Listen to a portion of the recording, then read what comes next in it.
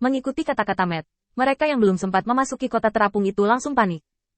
Butuh lebih dari 3 jam untuk berlatih? Jika Anda tinggal di luar kota, Anda tidak dapat melakukan apa-apa, Anda hanya bisa menonton.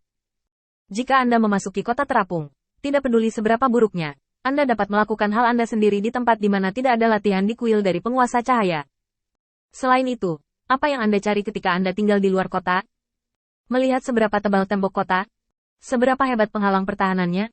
Jauh lebih menarik untuk memasuki kota terapung dan melihat bagaimana kuil Dewa Cahaya berlatih. Oleh karena itu, setelah beberapa saat ragu-ragu, orang-orang ini langsung memilih untuk berkerumun ke kota. Kelompok 3 Qin Yichen memasuki kota terapung, tanpa sadar, di antara kerumunan. Ketika dia memasuki kota dan gerbang kota terapung ditutup, lelaki tua itu menghela nafas panjang. Untungnya kami menyusul. Melirik kerumunan di sekitarnya, lelaki tua itu merasa beruntung untuk sementara waktu. Sepertinya keberuntungan kita kali ini benar-benar bagus, dan kita bisa menemukan kesempatan seperti itu. Menurut rencana awal lelaki tua itu, mereka masih memiliki risiko ditemukan. Tetapi sekarang, karena tindakan Kuil Lord of Light, mereka mengerumuni, dan kemungkinan ditemukan sangat berkurang, dan bahkan dapat mengatakan bahwa tidak ada yang akan mengetahuinya.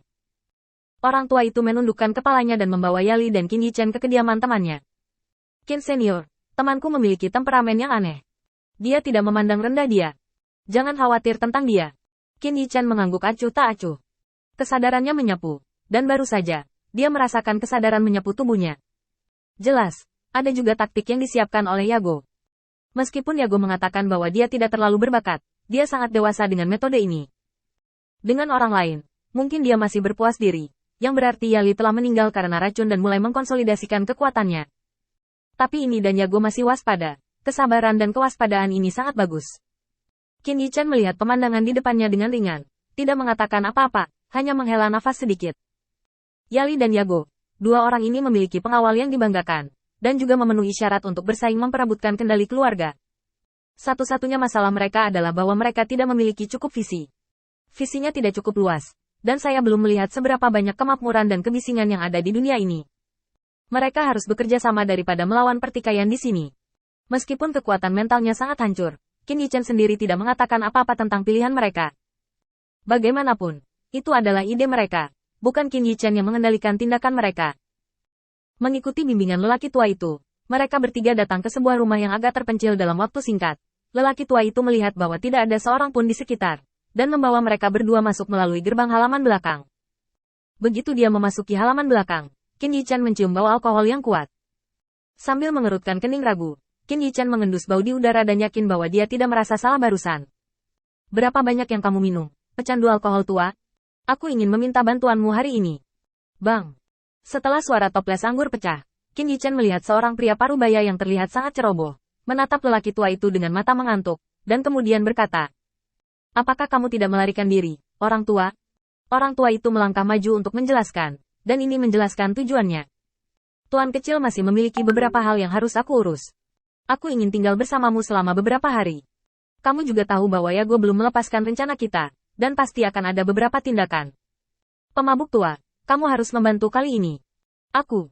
Mata pemabuk tua itu menyapu lelaki tua itu dan Yali, dan akhirnya jatuh pada Qin Yichen. Dia sepertinya belum bangun dari anggur, jadi dia menunjuk ke Qin Yichen dan berkata, "Orang ini ingin bersamamu juga?" Orang tua itu mengangguk cepat. "Ya, senior ini sangat kuat di bidang dukun, dan dialah yang memecahkan racun di Yali sekarang."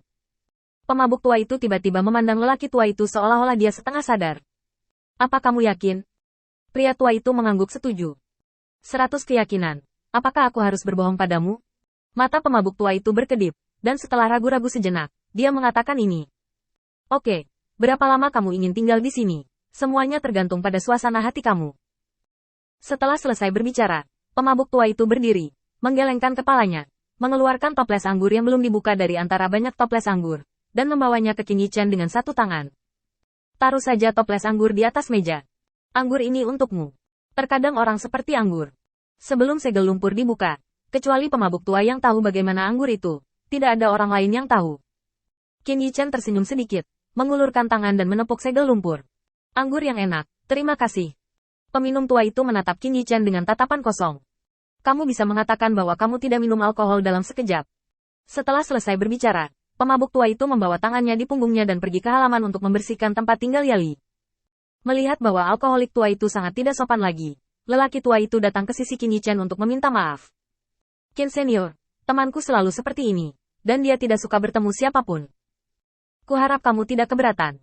Begitu dia selesai berbicara, lelaki tua itu tiba-tiba menutup mulutnya. Karena dia melihat toples anggur di atas meja.